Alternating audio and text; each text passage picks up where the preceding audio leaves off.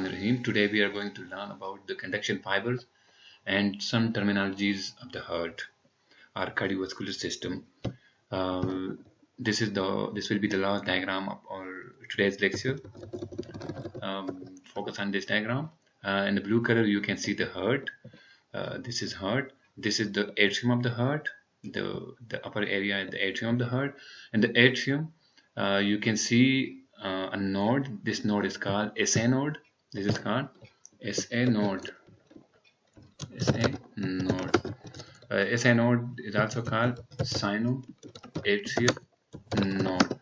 The sino is derived from the word sinus, and atrium for atrium. Atrial, because this is present in the atrium, that is why this is called atrium, while sinus represents the sinus venerum. Sinus venerum. What is sinus venerum? To know about the sinus venerum, we will focus on one of the diagram. Let's see this diagram. In this diagram, you can see the right atrium of the heart. This is the right atrium of the heart. In the right atrium of the heart, this is the tricuspid wall. This is the superior vena cava, which opens superiorly to the right atrium, and this is inferior vena cava, which opens inferiorly to the right atrium. And this happens actually in the mature heart. In the heart after birth of the baby. Before the birth of the baby, these two, the superior vena cava and inferior vena cava, combinedly opens to the right atrium, not separately opens to the right atrium.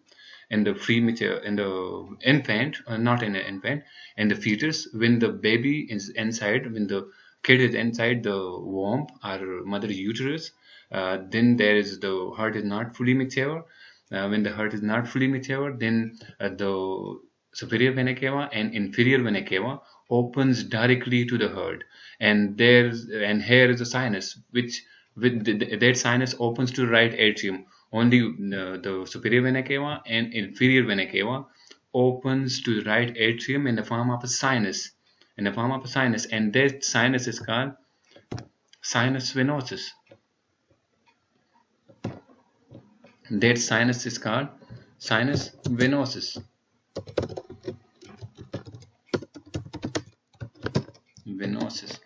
But when the baby gets matured and is delivered from the mother womb, then the sinus is disappeared. The sinus venosus is disappeared, and that is replaced by a septum. That is replaced by a smooth area. This smooth area, in which the superior vena cava and inferior vena cava opens individually into the right atrium. That is no more called sinus venosus. That is then called sinus venerum. This is the sinus venerum. So the word sinoatrial node is derived from the sinus venerum and atrium. So this was the background of this word. Actually, the SA node is present over here in the sinus venerum, on the upper side of the sinus venerum. That is why this is called sinoatrial node, SA node. Coming toward that diagram again. Now, the second one, this is called SA node, which is present and with adjacent with the, or which is present on the sinus venerum, which is present on the sinus venerum of the right atrium of the heart. Now you can see another node. This node is present adjacent with the interatrial septum or atrioventricular septum here. But this is actually present in the right atrium. This is also present in the right atrium, but adjacent with the interatrial septum and atrioventricular septum. This is called AV node. This is called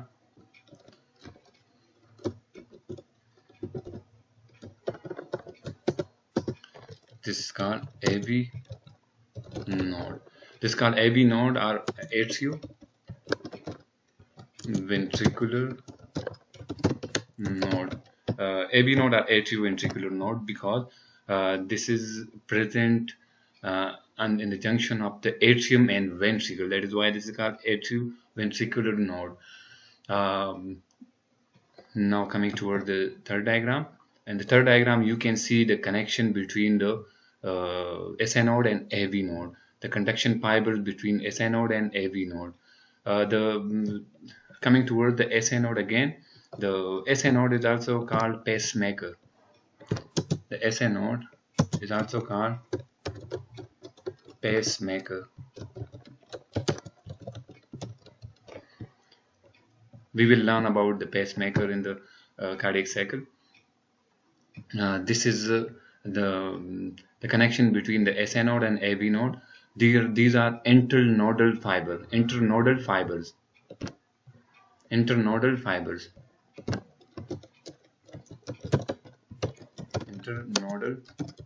fiber.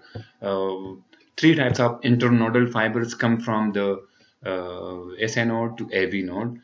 Three types of conduction fiber are internodal fiber. This one is called anterior internodal fiber. This one is called middle internodal fiber, and this one is called posterior internodal fiber. Anterior internodal fiber, middle internodal fiber, and posterior internodal fiber. We will write it here. Internodal fiber are three types.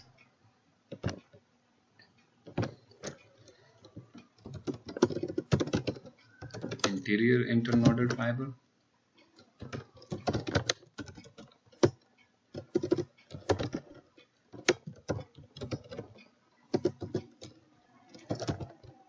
middle internodal fiber, and posterior internodal fiber. As the name indicates, this goes from the SA node to the AV node anteriorly, and this goes from the SA node to the AV node in the mid of the heart, and this goes posteriorly from atrium to ventricle. Now coming toward the next diagram.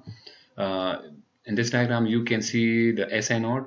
From the SA node, some other fiber also arise to the left atrium, and these fibers are called Beckman fiber.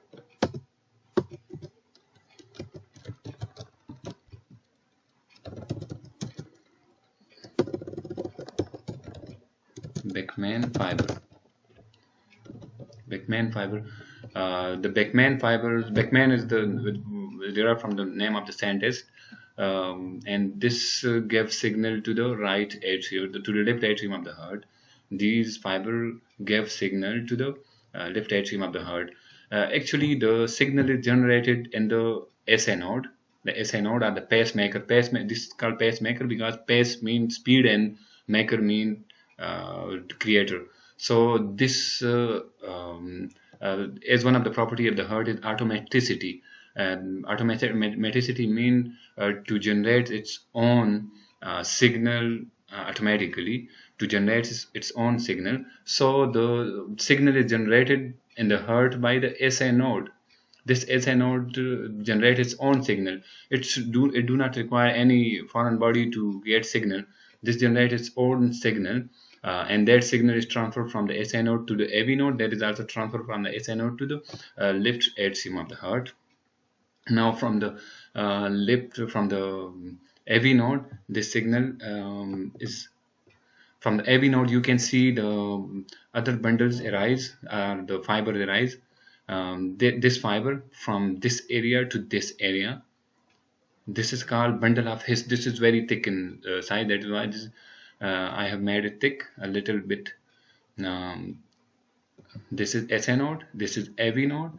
This is internodal fiber. These are internodal fiber. These are Beckman fiber. And this is the from this area to this area. This is called bundle of His. Bundle of His. His was the name of the scientist, derived from the name of the scientist.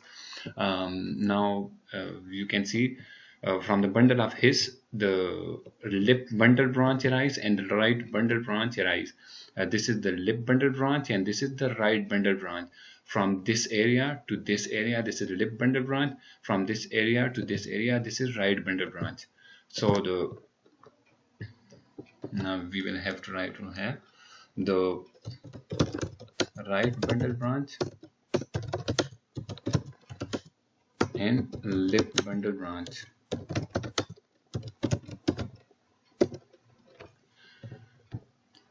Now coming toward the next diagram, the left bundle branch further gave, this is the left bundle branch, this is the left bundle branch. The left bundle branch further gave two branches, this branch and this branch.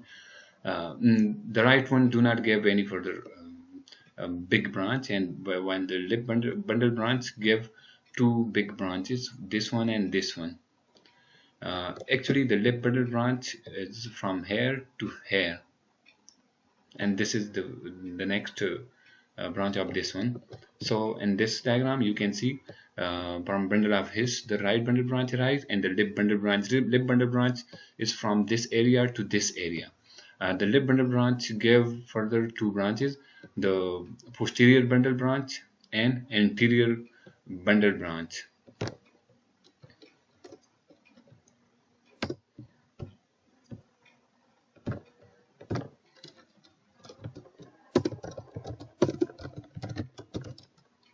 Posterior bundle and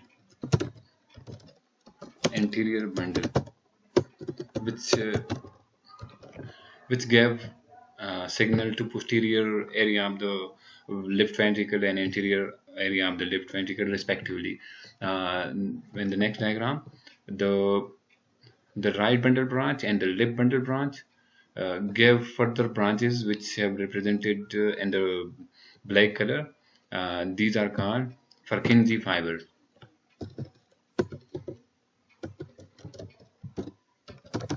Purkinje fibers. And these Purkinje fibers are the end conduction fiber, which are responsible for the contraction and relaxation of the heart. Now, the signal is generated in the pacemaker in the SA node.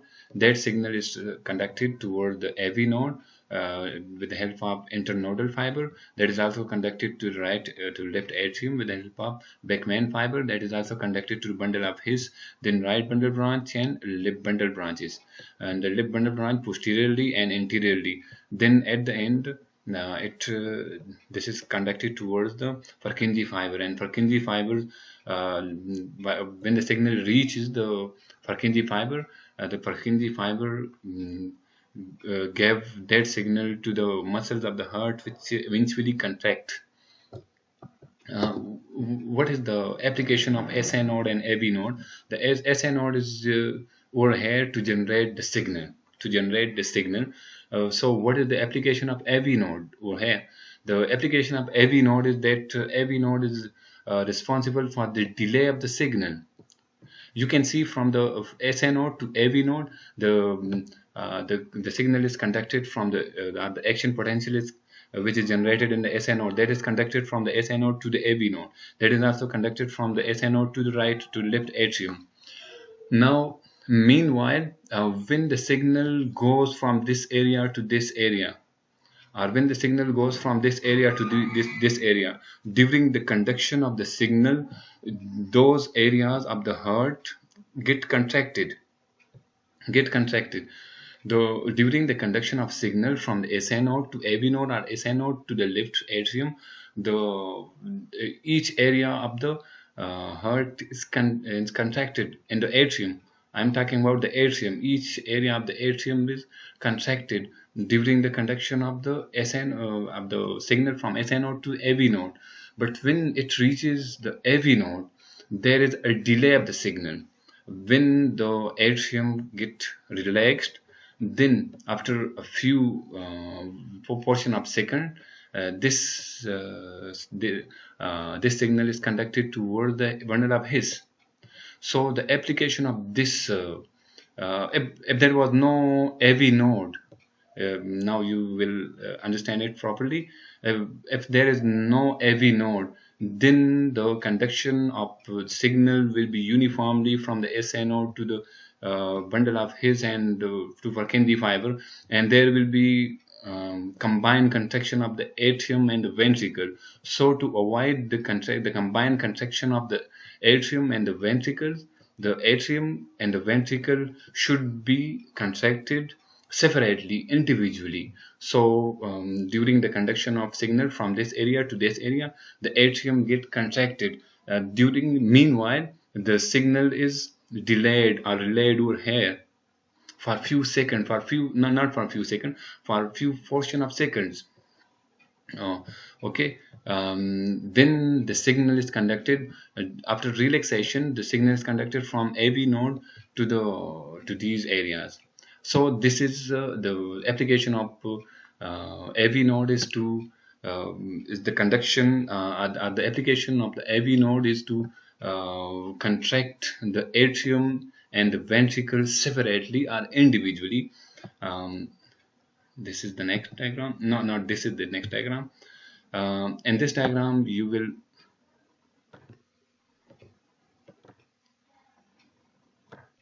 I have explained this diagram time and again, so you will bore from this diagram. This is heart, this is aorta, and this is aortic wall. This is aortic wall. So we will learn a few terminologies over here. First terminology is systole. Systole is also called systole. Systole is actually the contraction of the atrium. The contraction of atrium, no, not atrium, the contraction of ventricle is called systole or systole. The contraction of right atrium or left atrium is called systole. Systole is the contraction of right and left atrium, right and left ventricle. The contraction of right and left ventricle, right and left ventricular contraction is called systole. And another terminology is diastole. The relaxation of right and left ventricle.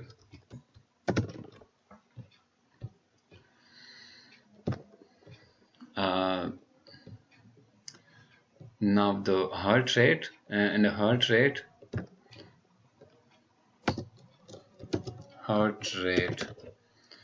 as the name indicates, this is the systole and diastole of heart per minute. You can also say that rate of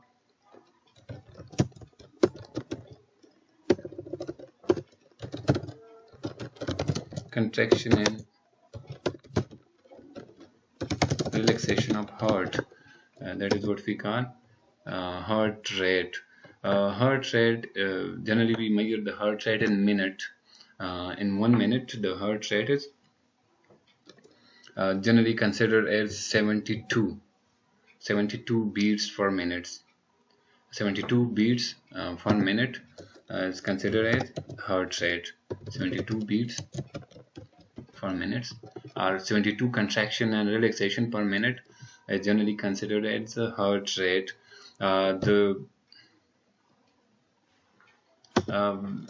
If the heart rate is above, the normal heart rate should be from 60 to 100. If this is above 100, then this will be called tachycardia. If this is below 60, then that will be called bradycardia. The heart rate above 100 is called tachycardia, and the heart rate below 60 is called bradycardia. Now another terminology is the stroke volume. Stroke volume. What is stroke volume? Stroke volume is actually the volume of blood pumped by the ventricle in each stroke, in each beat. Volume of blood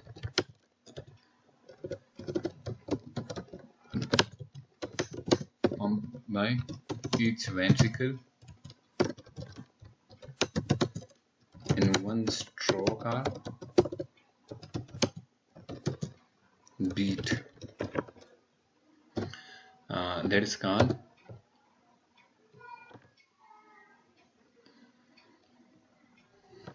stroke volume. Stroke mean beat. Stroke mean the contraction of ventricle. Stroke mean the contraction of ventricle. So stroke volume mean the volume of blood pumped by each ventricle in one stroke. Stroke volume, in stroke volume we generally represent the volume of blood pumped by the left ventricle of the heart in one beat. The volume of blood pumped by the left ventricle of the heart in one beat, that is called stroke volume. In one beat, the volume of blood pumped by the left ventricle, that is called stroke volume. The stroke volume is the value of stroke volume is 70 ml. This is just the average. 70 ml is the stroke volume. With each stroke, with each beat, the left ventricle pump. With each beat, the left ventricle pump 70 ml of the blood from the left ventricle to the aorta. Now, coming toward the next one, the cardiac output. Cardiac output. What is cardiac output? Cardiac output is actually also, this is also called minute volume. Minute volume. In definition, we will write it here.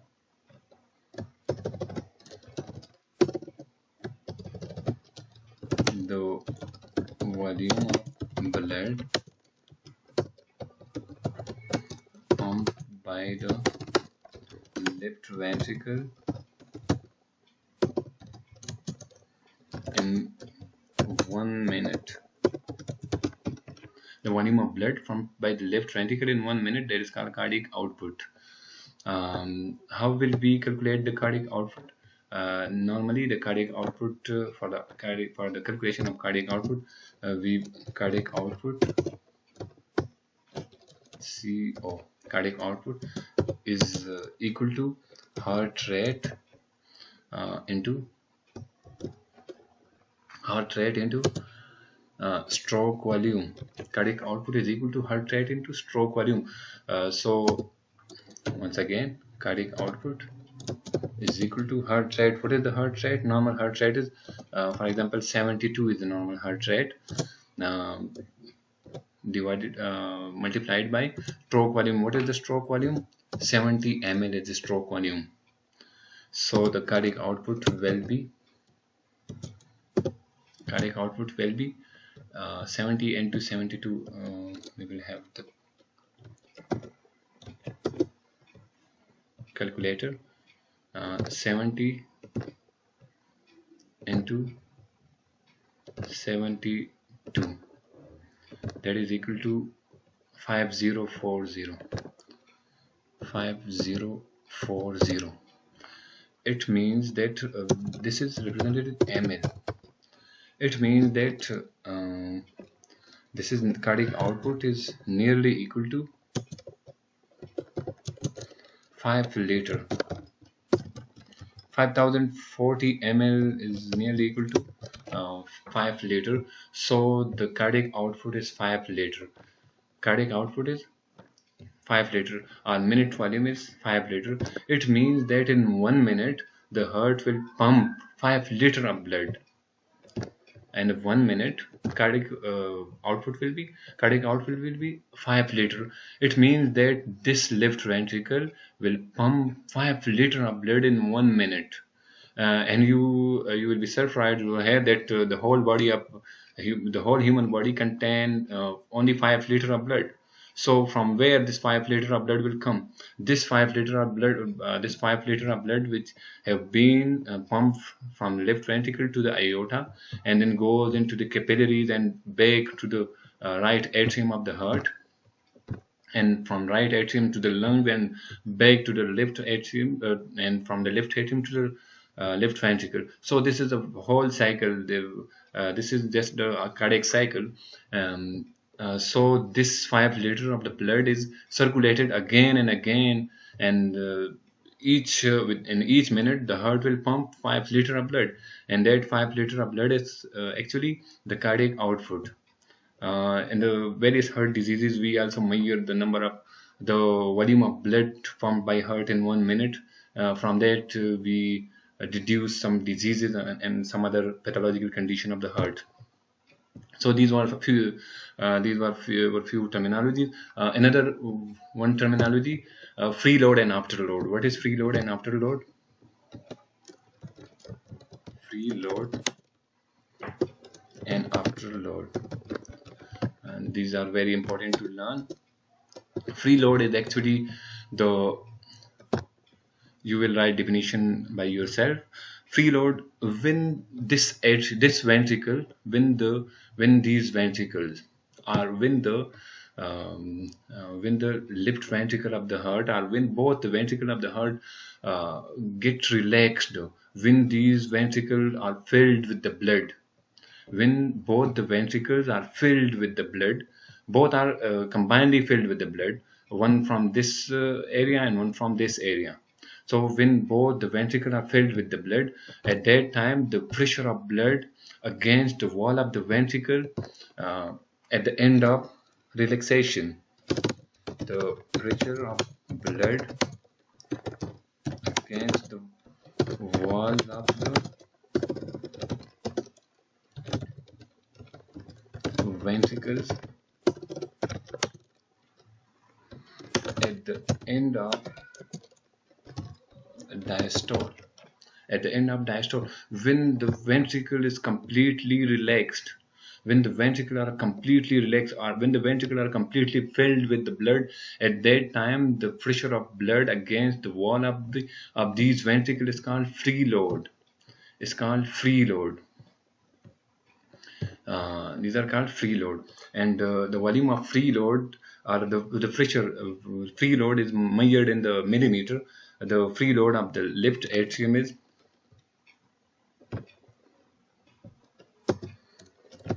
left ventricle. Freeload is equal to 30 millimeter of Hg, while the right ventricle preload is equal to, that is 7 millimeter of Hg. 7 millimeter. In the right ventricle, the pressure of blood against the wall of the right ventricle is very low, that is 7 millimeter after at the end of the diastole, and here that is 30 millimeter of Hg when the ventricle is completely filled with the blood. Now coming toward the after, what is afterload? Afterload is actually the, in the freeload we will measure the pressure of blood against the wall of the ventricle. In the afterload we will measure the pressure of blood against the wall of the aorta. Over here, when the you know that when this ventricle contract, this blood goes from this ventricle to the aorta by opening of this aortic wall. So before the opening of the aortic wall, the pressure of blood which is needed to expel the blood from left ventricle to the aorta, that pressure of blood is called afterload. Afterload is actually the pressure of blood needed by the left ventricle,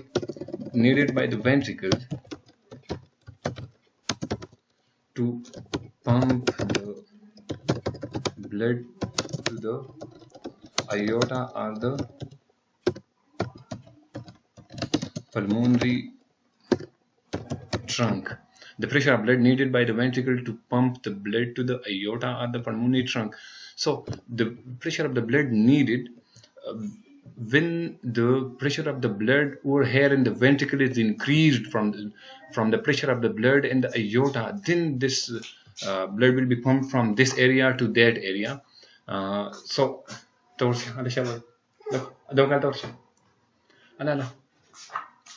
then when the pressure of the blood in the ventricle is increased from the pressure of blood in the aorta, then the contraction will take place, and at that point when the pressure of the blood in the ventricle is increased from the pressure of the blood in the aorta, so that at that point we measure the afterload. Afterload is actually the pressure of blood in the aorta or the pulmonary trunk. The pressure of blood in the aorta or the pulmonary trunk, that is called afterload. That is actually the pressure needed to overcome this pressure, to the pressure needed to pump the blood from the ventricle to the aorta or from the ventricle to the pulmonary trunk, which I have not made over here. So in the afterload,